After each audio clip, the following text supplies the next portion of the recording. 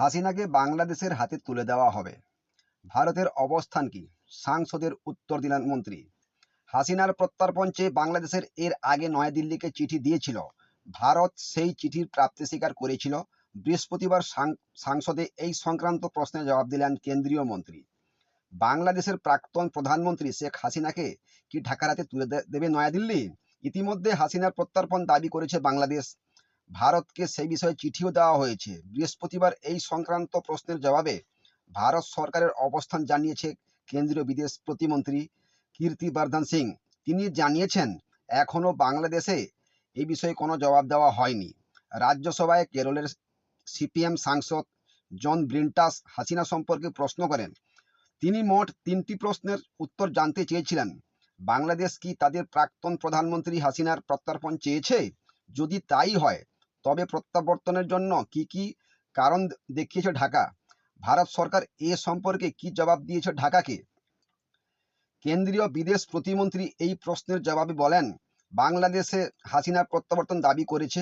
2024 সালের 5ই আগস্ট হাসিনা ভারতে আসার আগে বাংলাদেশে যে অপরাধ সংগঠিত হয়েছে তার ভিত্তিতে এই প্রত্যার্পণ দাবি করা হয়েছে, কিন্তু বাংলাদেশ সরকারের কাছে এই বিষয়ে কোনো জবাব এখনো পাঠানো হয়নি।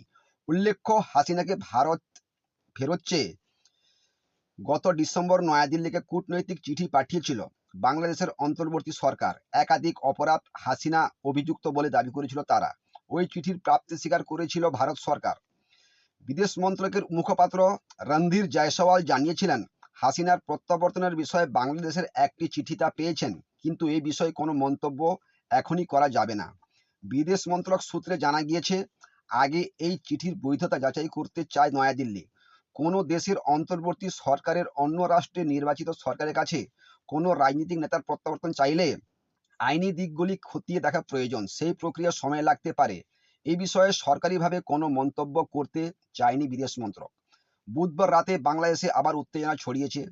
ঢাকায় 32 ধানমন্ডিতে শেখ মুজিবুর রহমানের বাড়ি ভেঙে গুড়িয়ে দেওয়া হয়েছে। ভাঙা হয়েছে হাসিনার ধানমন্ডির বাড়িও। বুধবার রাতে হাসিনার ভার্চুয়াল মাধ্যমে বাংলাদেশিদের উদ্দেশ্যে ভাষণ দেন। সেই অনুষ্ঠানে প্রচার আগে থেকে করা হয়েছিল আওয়ামী লীগ। হাসিনা বিরোধী। এর ফলে ক্ষুব্ধ হন। ভাষণ শুরুর আগেই ধানমন্ডিতে জমায়েত করে তারা বিক্ষোভ দেখান এবং মুজিবের বাড়িতে ভাঙচুর করেন। এই বাড়িতে অগ্নিসংযোগও করা হয়। বৃহস্পতিবার ও বাংলাদেশের বিভিন্ন এলাকায় বিক্ষিপ্ত অশান্তি হয়েছে। বিকেলে দেশের উপরাষ্ট্রপতি উপদেষ্টা ভারত জানান, ভারত থেকে হাসিনা উস্কানিমূলক বিবৃতি দিচ্ছেন। এর ফলে বাংলাদেশের শান্তি বিঘ্নিত হচ্ছে। হাসিনাকে চুপ করানোর জন্য ভারতকে লিখিতভাবে অনুরোধ করেছে ঢাকা। তলব করা হয়েছিল ঢাকায় নিযুক্ত ভারতীয় উপরাষ্ট্রদূতকে। এই পরিস্থিতিতে হাসিনাকে কেন্দ্র করে দুই দেশের মধ্যে সম্পর্কের আবার অবনতি হতে পারে বলে আশঙ্কা প্রকাশ করেছেন। নমস্কার।